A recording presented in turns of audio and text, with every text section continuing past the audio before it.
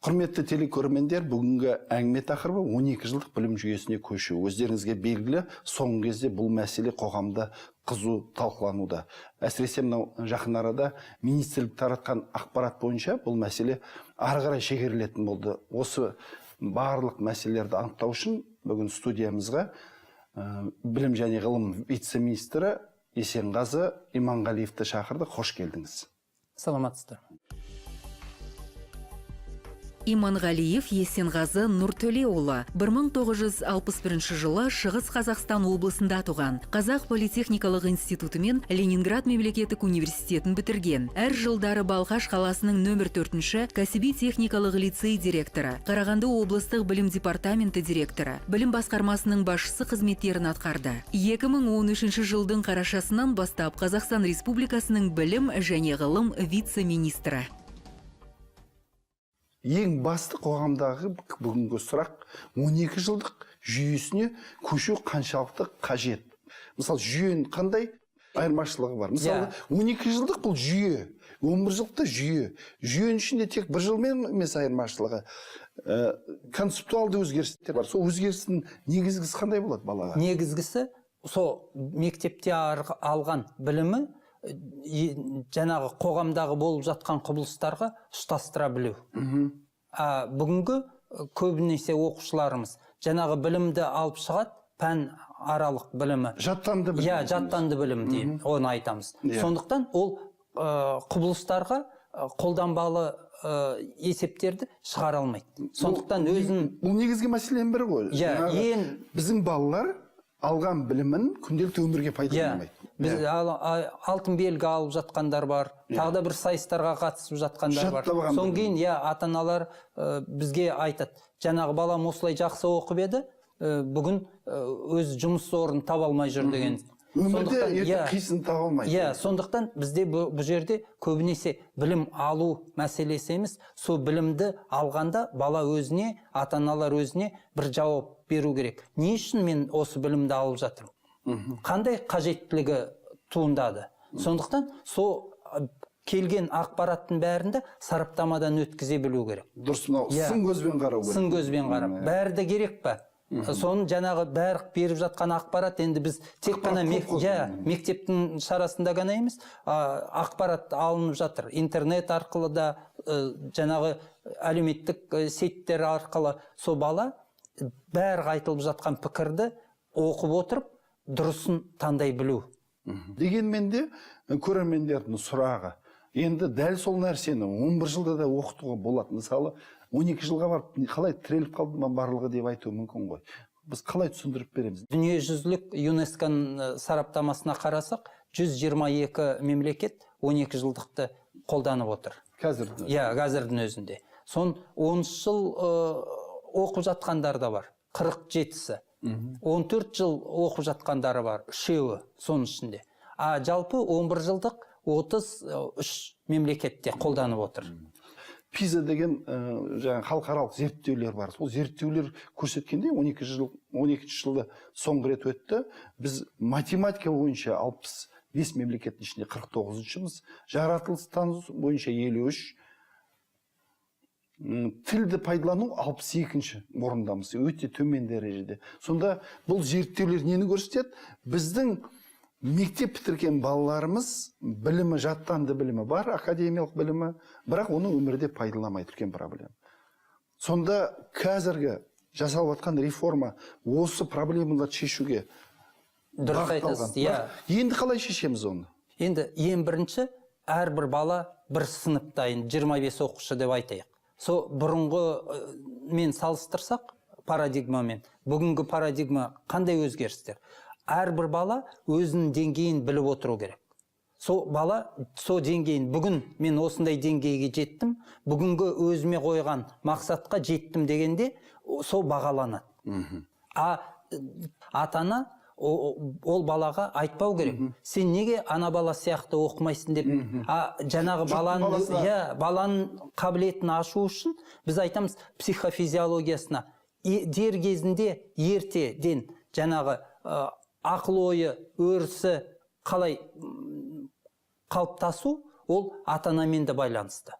Сондықтан бұл жерде көптеген мәселелер жатыр. Сол үшін біз ең бірінші 2003 жылы дер кезінде неге 12 жылдыққа ауысқан жоқпыз. Ол кезде балабақшалардың тапшылығы болды. Сонда 36% балаларымыз балабақшаға қатысып жүрді. Сондықтан бүгінгі деңгейде 78%. Мен өзім 12 жылдықты биылдан бастап енгізу керек дегенде қарсымын.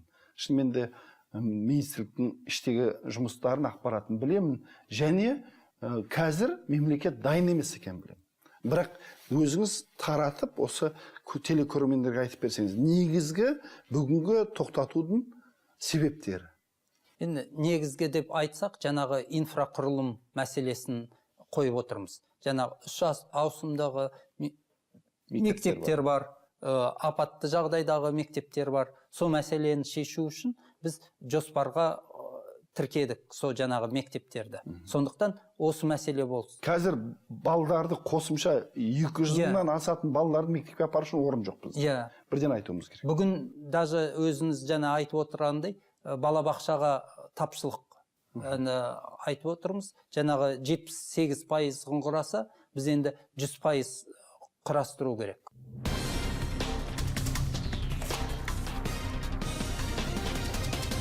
Мысалы, 11 жылдық мектеп жүйесіндегі парадигмасы дейміз, концепциясы да, және 12 жылдық екеуін айырмашылығы ұстазға қоятын талап қалай өзгерді, және өзгеру керек 12 жылдыққа. Ең бұрыннан әдістемелік бір тәсілдерін қолданып келе жатқан ұстаздар сол тәсілдерінен айырылғысы келмейді. Ол нәтиже беріп жатса. Біз айтамыз, ол кейбір нәтиже бермейді. Соны көзі жету керек, сол ұстаздың. Бүгінгі талап жаңағы әрбір балаға деңгейлеп оқыту мәселесі. Мысалы, соңғы кезде айтылып отқан мәселелер бар. Мысалы, әр пән бойынша бір оқулық жасау керек деген ұсыныстар бар. Кейбір оған қарсы. Мысалы, бұл мәселеге министрліктің көзқарасы қандай? Енді бұл жерде бәрі жалпылама айтуға болмайды. Әрбір пікір болады. Енді нақты министрліктің пікірі ол тарих пәні болсын, қазақ тілі, әдебиет, ол жаңағы баланың тұлғалық қасиеттері, осы ұлттық құндылықтарды байланыстырған соң біз бұл кітаптарды нағызы ұлттық қауіпсіздігі деңгейінде қарау керек. Бүгінгі күні математика бойынша кітаптар, химия бойынша, мысалы әртүрлі деңгейде мектеп бар. Мысалы, бір мектеп ауылды мектебі, біреуі қаланың мектебі, біреуі дарынды мектептер. Мысалы, математикалық мектеп бар арнайы. Әр жерде әртүрлі кітап болады ғой, мысалы. Әр мұғалім өз әдісі болады. Оны дұрыс айтасыз. Бұл жерде біз айтып отырғанымыз, көбінесе жаңағы орыс тілінде болсын, ағылшын тілінде болсын, аудармалы тілмен келеді. Сондықтан бізде көп ата-аналар сын айтып жатады. Ана күрделі бір мәселелер қойылғанда есептердің ішіндегі өзі мәтіні түсініксіз деп. Сондықтан бұл жерде біз арнайы өзіміздің тіл институты бар. Сол жердегі ғалымдар да айтады. Қазақ тілінде математика болсын, физика болсын, химия болсын, осы пәндерді қазақ тілінде жаза білу керек. Міне көрсетіп кетуге болады. Осы міне оқулықтар, міне өзіміздің туымыз, осының ішіндегі мәселе, Қазақстанға арнайы. Сонда ішіндегі мазмұнда Қазақстан, мысалы, біздің саясатқа, біздің өкіметке, бәрі осы тарихқа да байланысты, мәдениетімізге де байланысты, осы бәрі ақпарат ішіндегі Қазақстанмен байланысты. Сондықтан балалар жаңағы осының бәрінде ұстастыра біледі. Методикасы, ең әдістемелері мықты дүние жүзінде дамыған, материалдар сәйкес деңгейлік. Деңгейлік методика қолданылады. Сондықтан осы оқулықтарды біз қазір балаларға беріп жатырмыз. Енді біздің Қазақстанда өзімізде жаңа әдіспен шығарған қандай кітаптар бар, осы сол туралы айтып кетсеңіз. Мен естігенім жақын арада сіздер қазақ тіліне арнап, осы Кембридждің технологиясымен қазақ тілін оқыту кітабын шығарған. Осы біздің ең үлкен елбасы айтатын сын, ол жаңағы қазақ тілін басқа ұлт өкілдері неге ағылшын тілі, орыс тіліндей неге игеріп кетпейді деп. Сондықтан міне жаңа бағдарламасы болған, деңгейлік. Деңгейлік оқулықтар болған жоқ. Міне бүгін мынандай оқулықтар шығып жатыр. Осы оқулықтар бүгін оқулық орталығында сараптамада. Сондықтан бірінші бұл арнайы шығарылған оқулық. Сондықтан бұл жердегі айтып жатқан мазмұны да, мәдениеті да, тарихы да, басқа бір мәтіндері де бәрі де осы Қазақстанмен байланысты. Бұл Қазақстанда шыққан кітап, бұл Кембридж шығарған, бірақ бізге жоқ, мынауды Кембриджде басылып шықса да, әзірленгені Қазақстанда. Қазақстанда әзірленген, арнайы біз үшін. Мына кітаптар бізде жаңа технологиямен дайындалған, қазақ тілін оқытады. Көрермендерге айтуымыз керек, мысалы 12 жылдық жүйеге өтпегенмен де 12 жылдыққа қаралған барлық өзгерістер биылдан бастап енгізіледі. Солай ғой, да?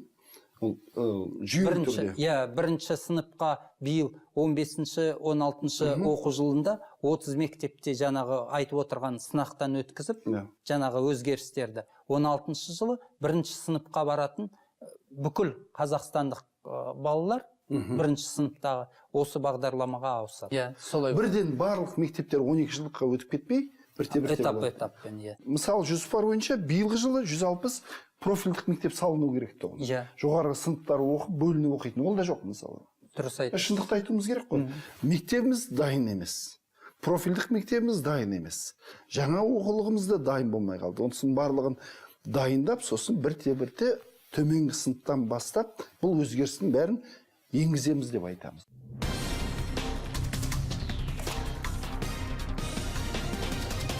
Жағыппар Егізбаев деген азамат әлеуметтік желі арқылы сұрақ қойыпты. Білім саласындағы барлық өзгерістер бір-біріне байланысты, мектеп болсын, инфрақұрылым болатын болсын, материал техникалық жағдай, ұстаз дайындау, кітаптар. Және бұл жерде басты сұрақ, қашанғы біз жүйесі жасаймыз. Бүгін білім министрлігі тек өрт сөндірумен айналысама депті. Бәрі жоспары есептелінген. Сондықтан біз алдын ала жаңағы жылжу мәселесін кесте құрғанда да осы топты екі вариантын санағанбыз. Сондықтан бұрынғы ескі жүйе 4 қосу 5 қосу 2 деп 11 жылдықты қарасақ, 5 қосу 5 2 деп 12 жылдықты қарағанбыз. Соған екеуіне дайындық жүргізіліп жатқанда, біз қазіргі өзіңіз айтып отырғанда мектеп арасындағы мазмұнын өзгерту, жаңарту мәселесі. 12 жылдыққа өтпейміз, бірақ мазмұнын толық өзгертеміз. Сапалы мазмұн жасаймыз. Сол үшін ең бірінші осы түсіну керек халық. Жаңағы балалар өзіміздің сол жаңағы өзгерістерден қалмау керек. Қалмайды. Дұрыс қой, қалмайды деп айтуымыз керек қой. Жалпы соңғы сұрақ, 12 жылдық оқу жүйесіне ауыспасақ та, біз реформаларды, өзгерістерді, қажет өзгерістерді тоқтатпаймыз ғой солай. Сөйтіп айтуымыз. Солай айту керек біз. Жаңарту, мазмұнын жаңарту мәселесі ары қарай өзінің істе, өзіміздің тәжірибемізде, жұмыста қолданамыз. Құрметті көрермендер, менің әріптесім Есенғазы Нұртілеуұлы бүгін біраз жақсы бізге пайдалы ақпарат айтты. Мен ойымша қоғамдағы бірнеше сұрақтарға жауап берді. Ең бірінші, 12 жылдық оқу жүйесі ол тек қана бір жылды қосып қана қоймай, жалпы көп өзгерістерді жоспарланған. Енді 12 жыл болмаса да, ол өзгерістердің барлығы болады. Ең басты мақсат бұл жылды қосу емес, сапалы, білімді азаматтар шығару. Әрине бұл шешім өте батыл шешім болды деп өзім есептеймін. Мен ойымша бұл жерде қажетті кезінде тоқтатқанда дұрыс. Осы жаңа өзгерістер 11 жылдық жүйеде де барлығы іске асып, өз жақсы нәтижесін береді деп мен сенемін. Жұмыстарыңызға сәттілік деген келеді. Ал енді барлық қоғам болып біз сізге көмектесуге дайынбыз. Рахмет. Рахмет, кеп жақсы бүгін көп пайдалы ақпарат айттыңыз. Рахмет.